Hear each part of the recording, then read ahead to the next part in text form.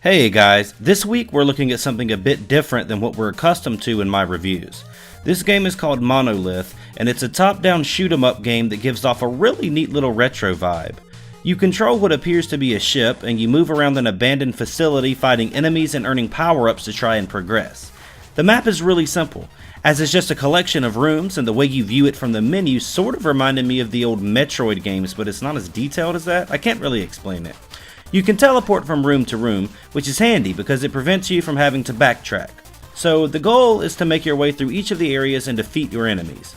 Defeat all of the enemies in each section, destroy anything preventing you from gaining access to the next room, and then fight a boss. That sums up what you can expect in the typical experience.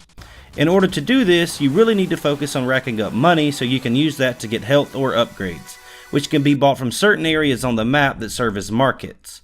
There are 7 different types of weapons with over 30 unique modifiers and lots of different ways to use them, so that helps make things stay fresh, but the gameplay itself is really simple, and it reminds me of old school arcades like Asteroids, but with more detail and a higher paced bullet hell thing going on. You shoot with your left mouse button, you dash with the right mouse button, and use your special weapons with shift. That's really all you need to know.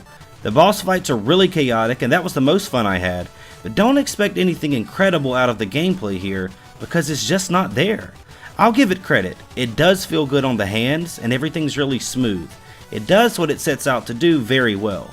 The problem is that it's hard to imagine this game as a must-play in 2017. If you're a retro gamer, this will be fun.